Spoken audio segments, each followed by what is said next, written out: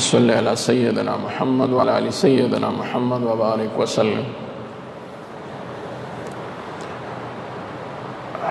لب اور ناخن کے سلسلے میں نبی علیہ السلام کا اسوہ حسنہ کا بیان، یعنی لب کاٹنا یا تراشنا مسنون عمل ہے۔ لب کے بال کاٹنا اور اس کو تراشنا، دونوں یہ مسنون عمل ہے۔ ام عباس رضی اللہ تعالیٰ عنہ فرماتی ہے کہ نبی علیہ السلام لب مبارک کو خوب مبالغہ سے کٹایا کرتے تھے، یعنی بال مبارک جو مونچھوں کے ہوتے تھے نبی علیہ السلام کے، وہ نبی علیہ السلام خوب مبالغے سے کٹایا کرتے تھے، یعنی بالکل صاف فرمایا کرتے تھے۔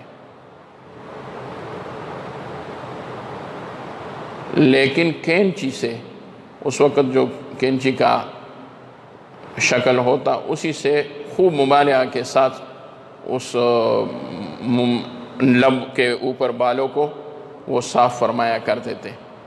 عبداللہ بن بشیر سے روایت ہے کہ نبی علیہ السلام کو میں نے دیکھا کہ اپنے لب مبارک کو خوب مبالغہ سے اچھی طرح کٹوا رہے تھے۔ یہ فرماتے ہیں کہ میں نے دیکھا کہ نبی علیہ السلام اپنے لب مبارک کو خوب مبالغہ سے اچھی طرح کٹوا رہے تھے۔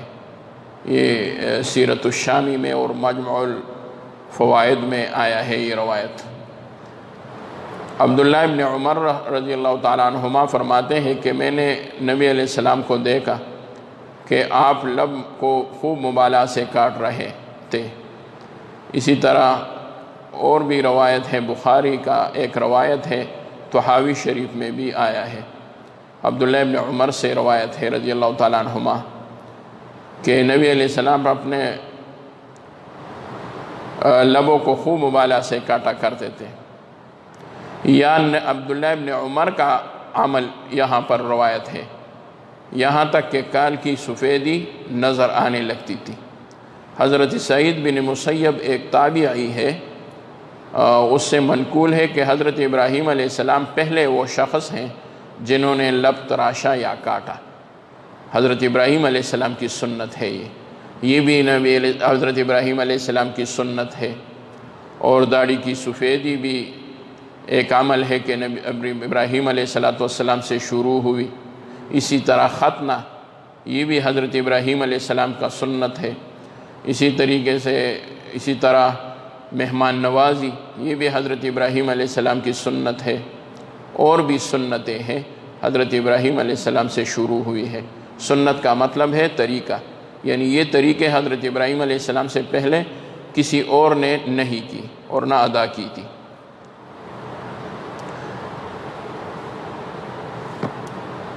اب یہ مسئلہ ہے کہ لب کاٹنا چاہیے یا منڈوانا چاہیے۔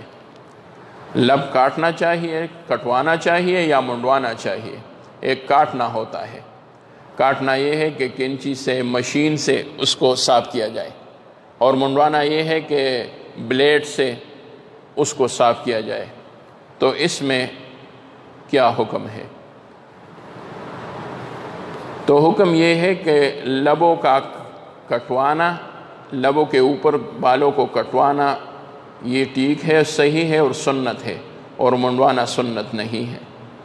عبداللہ ابن عمر رضی اللہ تعالیٰ عنہما سے روایت ہے کہ نبی علیہ السلام نے فرمایا کہ لب کاٹنا سنت ہے۔ حضرت ابو ہریرہ سے روایت ہے رضی اللہ عنہ کہ آپ صلی اللہ علیہ وسلم نے فرمایا 5 امور فطرت میں سے ہے۔ 5 امور جو ہے وہ فطرت میں سے ہے، یعنی وہ فطرتی سلیمہ کا تقاضا ہے کہ یہ 5 امور ادا کی جائے۔ کون سی؟ ختنہ کرنا۔ یہ ختنہ جو ہے یہ فطرت کا تقاضا بھی ہے کہ اس پردے کو اور اس گوشت کو وہ الگ کیا جائے اور کاٹا جائے۔ اب میں نے سنا ہے کہ ہندو اور وہ لوگ جو غیر مسلم ہے اور اس کے ہاں ختنہ سنت نہیں ہے، وہ بھی ختنہ کراتے ہیں۔ وہ کہتے ہیں اس لیے کہ اس سے بیماریاں بڑھ جاتی ہے، جب ختنہ نہ ہو تو بیماریاں بڑھ جاتی ہے، تو وہ بھی ختنہ کراتے ہیں۔ بچوں کا ختنہ کراتے ہیں، اور اسی طبی لحاظ سے، لیکن ہم طبی لحاظ سے نہیں، ہم سنت کی نیت سے بچوں کے ختنے کرائیں گے۔ تو ختنہ کرانا اور ختنہ کرنا یہ بھی سنت ہے اور فطرت میں سے ہے، فطرتی بات ہے، یعنی انسان کو اس پر سوچ لینا چاہیے کہ مجھے کیا کرنی چاہیے، تو اس کو ضرور ذہن میں عاقل انسان کا یہ ذہن میں آ جائے گا یہ بات کہ اس کو جو ہے ختنہ کرانا ہے اور ختنہ کرنا چاہیے۔ دوسری بات، زیر ناف بال، ناف کے نیچے جو بال ہوتے ہیں اس کو صاف کرنا فطرت کا تقاضا ہے۔ بندہ پر بوجھ ہوتا ہے جب یہ بال بڑھ جاتے ہیں، اس کو کاٹنا چاہیے۔ بعض لوگ جو ہے وہ اپنی ظاہری شکل صورت کا بہت اہتمام کرتے ہیں، کلین شیو کرتا ہے یا اور بھی کوئی، اور صابن سے چہرے کو دھوتا ہے، لیکن وہ جگہ جو نظر نہیں آتے اس کا کوئی بھی خیال نہیں رکھتا، ورنہ یہ فطرتی بات ہے، فطرت کا تقاضا ہے کہ بندہ جب صاف ہوتا ہے اور جسم جب صاف ہوتا ہے تو وہ خوش ہوتا ہے۔ آپ نے دیکھا ہوگا جب بندہ پر پسینے آتے ہیں، بدبو ہوتی ہے، تو جب تک غسل نہ کیا ہو تو طبیعت پر ایک بوجھ سا ہوتا ہے۔ گندے کپڑے ہیں، گندے کپڑے، جب کپڑے گندا ہوتے ہیں تو بس بندہ پریشان سا ہوتا ہے، اور جب تک کپڑے نہ بدلے تو اس وقت تک وہ خوش نہیں ہوتا۔ اسی طریقے سے جب زیر ناف بال بڑھ جاتے ہیں تو ایک تشویش ہوتی ہے، اور بغل میں جو بال ہوتے ہیں وہ بڑھ جاتے ہیں تو بندہ کو تشویش ہوتی ہے۔ اس لیے احرام کے بعد حاجی جو پہلا کام کرتے ہیں وہ زیر ناف بال اور بغل کے بال صاف کرنے ہوتے ہیں۔ تو بعض لوگ یہ حجامت کا بہت اہتمام کرتا ہے، جب حج سے فارغ ہوتے ہیں تو پہلے نائی کو کہتے ہیں سر کے بعد جو ہے میرے حجامت بناؤ، کیونکہ لوگوں کو نظر آتا ہے کہ بال بڑھ گئے ہیں۔ جو لوگوں کو نظر نہیں آتے وہ پردہ میں جو بال ہوتے ہیں اس کو صاف کرنا ضروری ہے، اس کو تو صاف کرنا بہت ضروری ہے، زیادہ ضروری تو وہ ہے۔ اور دوسری بات، یہاں پر گندگی اور بدبو کا خطرہ ہے، بدبو کا خطرہ ہے۔ حجامت بڑھ جائے تو بدبو تو نہیں ہوتی، لیکن یہ جگہ تو ایسے ہوتے ہیں، پیشاب کی جگہ یا بڑے پیشاب کی جگہ، کہ وہاں پر بال ہوتے ہوئے گندگی اس میں جمع ہوتی ہے، پھر اس کی وجہ سے بیماری یا بواسیر بھی اس سے پیدا ہوتی ہے۔ اس لیے دونوں جگہوں کا بال کٹوانا چاہیے۔ تو لبوں کے کاٹنا، نبی علیہ السلام نے فرمایا ختنہ کرنا سنت ہے، اور زیر ناف بال وہ بھی سنت ہے اور فطرت کا تقاضا ہے۔ اور نبی علیہ السلام نے فرمایا لب کاٹنا یہ بھی سنت ہے۔ لب یعنی لب والے بال کتنے؟ کسی کنگھی سے یا مسواک، یہ لبوں پر رکھ کر اس کے نیچے جو ہوتے ہیں، یعنی جو لب پر ہو، اس کو لب کے بال اس لیے کہتے ہیں کہ یہ لب پر آتے ہیں، یعنی بعضی ویختو خداری داری اس کا نا خبریت تھی دا کمول پکار دی، خدا بریت نہیں دی دا چرا کس شی پا دی شنڈو مانے، نا دا خبریت نہیں دی دا خو پا شنڈو مانے پراتے دی، نا پا شنڈو پراتے دی۔ دے وجہ دیتا اقصو الشارب ہوئی، نبی علیہ السلام فرمائے کہ تاسو دا ویختو دا شنڈو دا کٹ کئی، نو شارب ہوئی ورطا ہوئی۔ اس میں محدثین کہتا ہے کہ یہ شارب حضور نے کیوں فرمایا؟ شارب تو پینے والے کو کہتا ہے، تو اس کا مطلب یہ ہوا کہ جو بال بڑھ جائے وہ بندہ کے ساتھ پانی پیتا ہے، وہ بندہ کے ساتھ اکٹھے پانی پیتا ہے۔ جب بندہ پانی پیتا ہے اور کسی برتن میں منہ رکھتا ہے تو اس کے ساتھ اس کے وہ بڑے ہوئے بال جو لبوں سے نیچے آئے ہو وہ بھی پانی پیتا ہے۔ تو جو بال آپ کے ساتھ پانی پیتا ہے اس کو کاٹو کہ میرے ساتھ پانی مت پیو۔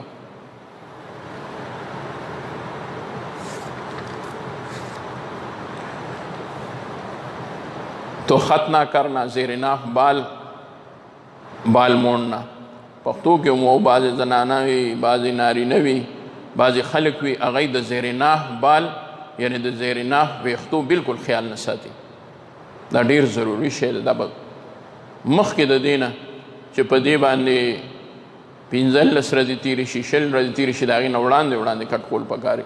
40 ورځې خو ډېره موده ده، 40 ته نه کتل پکار، دا زر کټ کول پکار وي. بل دې بوی پیدا کېږي، د ترخونو ویښته دومره بد بوی پیدا کوي، هغه صفایي پکار ده. که څوک روزانه غسل نشي کولی، کم از کم چې ویښته خو کټ کوي، نو صفایي ډېر خیال او اهتمام پکار ده، ډېر انتهایی. بل لب کاٹنا اور ناخن کاٹنا. ناخن نکن اغسطل، ناخن کاٹنا یہ بھی فطرت کا امور ہے، فطرت کے امور میں سے ہے. نبی علیہ السلام نے فرمایا اس وقت ناخن کاٹنا مشکل ہوتا، بہت مشکل ہوتا. ناخن کاٹ پتہ نہیں وہ کس چیز کا ہوتا، اور اس کی بجائے ناخن کاٹ کی بجائے جو چھڑی وغیرہ ہوتی ہے، چھری، تو اس سے کاٹے جاتے تھے. لیکن اس وقت نبی علیہ السلام نے فرمایا کہ اگر جمعہ کے دن سے پہلے آپ کے ناخن بڑے ہوئے ہو تو جمعہ کو مت دیکھو اور جمعے کا انتظار مت کرو، بلکہ جمعے سے پہلے ناخن کاٹو. اور اب تو ناخن کاٹ ہے، میں نے پچھلے دنوں پوچھا کہ ناخن کاٹ کتنے پیسے کا ہوتا ہے، پتہ نہیں 40 50 60. میں نے کہا مہینے میں ایک بار اس کو بدل لو، اتنے پیسے لگتے ہیں یہ ایزی لوڈ پر اور یہ موبائل پر، تو یہ ناخن کاٹ تو نہیں لینا چاہیے، ان کو نہیں لینا چاہیے. تو اب تو الحمدللہ یہ بال کٹوانا یا منڈوانا یہ بہت آسان ہوئے ہیں، نائی کو بھی ضرورت نہیں پڑتی. یعنی یہ جو ہے اس کی نائی کو بھی ضرورت نہیں پڑتی، مشین لے لو پر اس پر صاف کرو. اور اگر صاف نہیں کر سکتے ہو، بعض طلباء ہے یا ہمارے بھائی ہے وہ تو اتنے تو یہ تو کاٹ سکتے ہیں، کینچی ہوتی ہے، ایک کینچی اپنے ساتھ ضرور رکھو. نبی علیہ السلام کے پاس ایک کینچی ضرور رکھا ہوا کرتے تھے. کینچی اور جو ہے سرما، کنگھی، تیل، خوشبو، وہ کھجوانے والی سیخ جو نبی علیہ السلام اپنے سر مبارک کو اس پر کھجاتے تھے، یعنی سر مبارک بے پاغی باندھے گرو. او هغه اوس الحمدلله ملاویږي. دا الحمدلله تبلیغي حضرات الله تعالی دې باندې ډېر لوی عبور ورکړی، هغوی د سنت دا طریقې ژوندی کوي په نوي شکل کې. ما یو ځل دا وویې ما یاره دا ما چې اوس بنده سره وي او ما زه بس یو تیلی به وګورو چې هغه به سر کې وو، او شیخ صاحب دې به دواړو د خوب نه مخکې دومره په زور کې دا سر ګرو چې سترګې به ورسره پټې کړې، داسې به یې کړل. دا سنت طریقه ده. د هغوی دواړو دا عادت نو ما به وې دا دی کوي، نور څه خو ما ونه لیدل، چې بیا مې کتابونو کې وکتل نو هغه سنت طریقه ده. بیا راله یو سالک چې دی نو هغه بیا راله هغه پنجه راړه د لرګي او 2-3 بیا شوې، اوس به هم پرتې وي 2-3 یو کور و مدرسه کې، وما بیا یو ځونډه کړه. ډېرو به وي دا څه شی دی، ما راشه ورده ته دا هم پته نشته، خو چې ګوتې جوړې دي پوه شه چې دا هغه دی او د لرګي ده الحمدلله. او حدیث کې راځي چې هغه به سیخ د سیخ ګورې مطلب دا نه موږ سیخ څه ته وو، د اوسپنې هغې سیخ ته وو، سیخ نیغ ته وایي، ښه نیغ ته. دا پښتانه چې څه خبره کوي که نه افغانیان پښتانه، نو هغوی وایي بلکل چې راځي وایي استاده نو سیخ به راځي، سیخ نه سیده به راځي. نو یو تیلی یا یو لخته یو هغې سر کې سي بس بنده پې داسې، خو د سیخ نه دی پکار، د اوسپنې نه دی پکار، ځکه هغې سره کله زخمي شي بنده او پشا ګرئ پې بنده، سر پې ګرئ، نو سنت عمل به ومو کېږي. دا مې دې پورې ہوئے. تو لب کاٹنا، ناخن کاٹنا یہ بھی فطرتی امور میں سے ہے. اور بال کے بال اکاڑنا، یہ بال کے بال اکاڑنا زیر ناف بالوں کے علاوہ ہے. زیر ناف کا معنی کیا ہے؟ ناف کے نیچے جو بال ہوتے ہیں، اور بغل کے بال جو ہے وہ بغل میں ہوتے ہیں، ترخونو ویختو. او زیر ناف خو هغې ته وایي چې د نوم نه ښکته د نوم نه ښکته کم د شرمګاه چې وي زیر ناف. د دې وجې زیر ناف مطلب دا دی چې نوم نه ښکته ګوره دا غورت دی، ښه غورت دی. یہ زیر ناف جو جگہ ہوتی ہے یہ پردے کی جگہ ہے۔ بعض وقت یہ لڑکے جو ہے یہ دریا وغیرہ میں یہ نہاتے ہیں تو اس کا جو وہ کوئی چیز باندھتا ہے تو اس میں یہ ہوتا ہے کہ وہ اکثر و بیشتر اس کو نیچے پڑ جاتا ہے، اس کا کوئی پرواہ نہیں ہوتا۔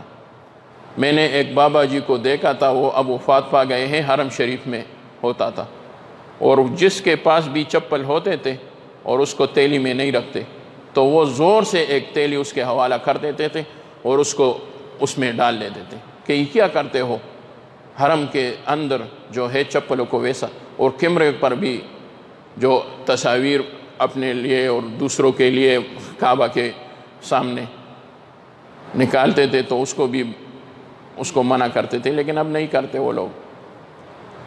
دوسری بات اس میں یہ تھی کہ جس کا بھی احرام وہ ناف سے نیچے لٹک رہا اور اس کو پتہ بھی نہیں ہوتا تو وہ دھکا دیتے تھے اور کہتے تھے غورا غورا غورا۔